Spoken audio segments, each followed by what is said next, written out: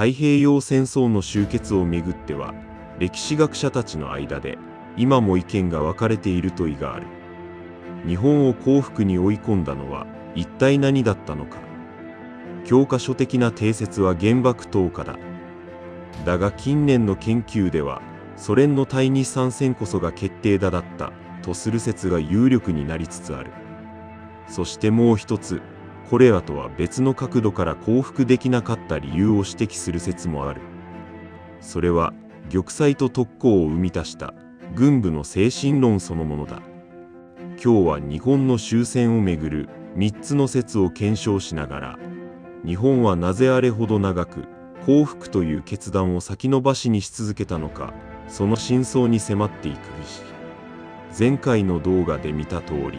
山本五十六が主導した真珠湾攻撃によって太平洋戦争の火蓋が切られた。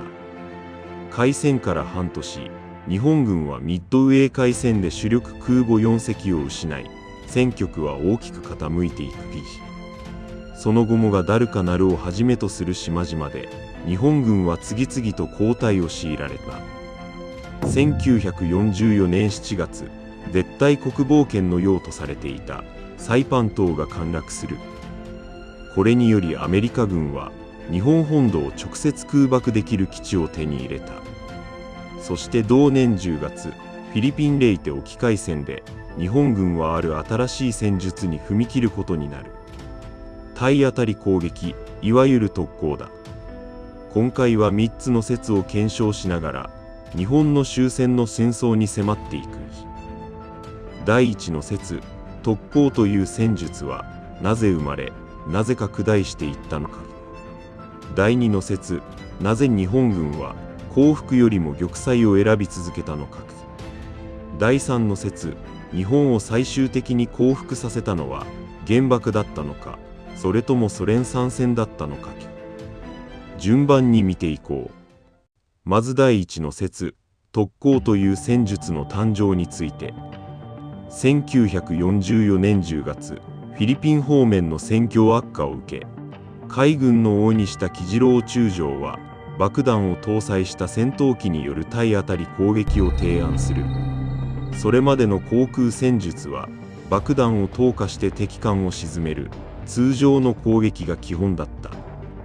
だが訓練を受けたパイロットも性能の良い航空機も日本にはもはや十分な数が残されていなかった。熟練パイロットを大量に失っていた日本軍にとって命中精度を極限まで高める唯一の方法がパイロット自身を爆弾の一部にすることだった。最初の特攻隊は神風特別攻撃隊と名付けられ、レイテ沖でアメリカ軍の空母に体当たりし大きな戦果を上げたと伝えられた。この戦果が特攻を一時的な非常手段から組織的な戦術へと変えていく。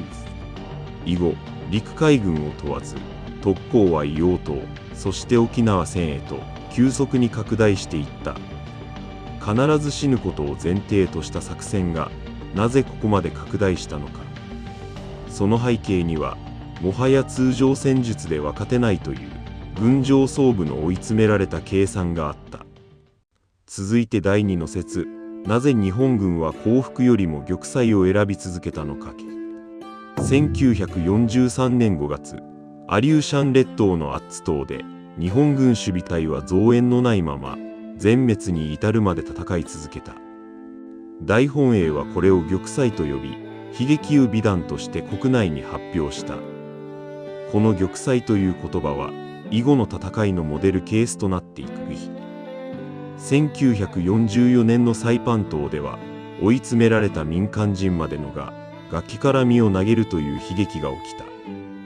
背景にあったのは1941年に東条英機陸将が自殺した先陣訓だ。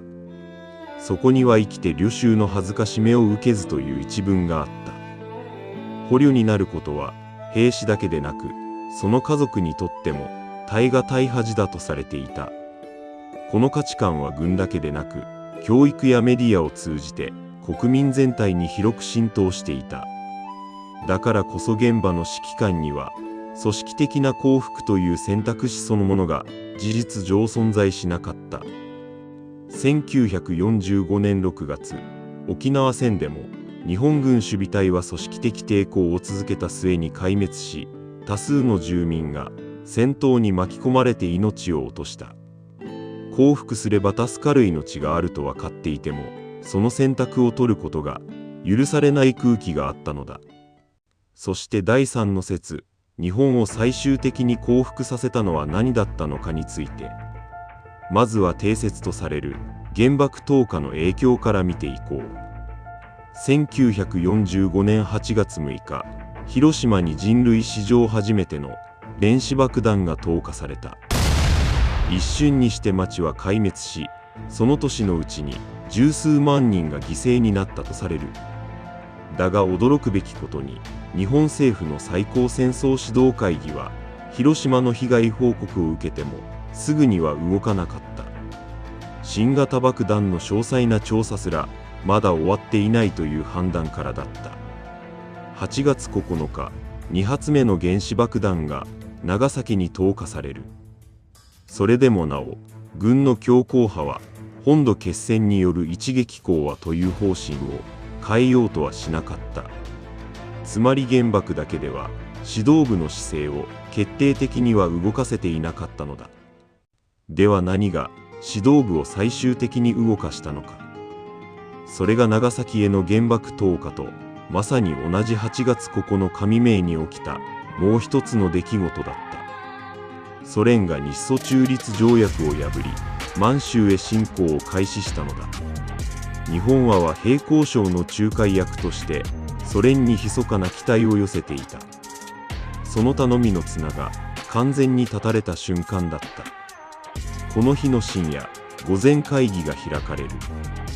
東郷重の利害将らは平派と穴見これ地下陸将ら本土決戦を主張する強硬派の意見は真っ二つに割れたまま対立した。議論が平行線をたどる中、鈴木貫太郎首相は異例の決断をする。昭和天皇に直接の判断を仰いだのだ。いわゆる聖断によってポツダム宣言の受諾がようやく決定される。だが8月14日深夜、この決定を覆そうとする一部の陸軍将校たちがクーデターを企てた。いわゆる宮城事件だ。クーデターは失敗に終わり、8月15日正午、玉音放送によって国民に終戦が告げられた。クーデターに加わらなかった穴見これ地下は、その未明、割腹自決を遂げている。最後まで抵抗した男の死は、降伏という決断が、いかに重い代償を伴っていたかを物語っていた。結論から言おう。日本の終戦は、単一の原因ではなく、外からの二重の衝撃と、内側の精神論の崩壊が、同時に重なり合った結果だった。第一の説、特攻という戦術は、通常戦術では勝てなくなった軍が、パイロットの命そのものを兵器に変えることで、生み出した苦肉の策だった。第二の説、玉砕という選択は、先人君に象徴される、捕虜を恥とする価値観が、国民全体に浸透していたことで、組織的な降伏という選択肢そのものを奪っていた。第三の説、原爆とソ連参戦、どちらか一方だけでは指導部を動かしきれなかった。広島への原爆投下だけでは動かなかった指導部を最終的に動かしたのはソ連参戦というもう一つの衝撃だった。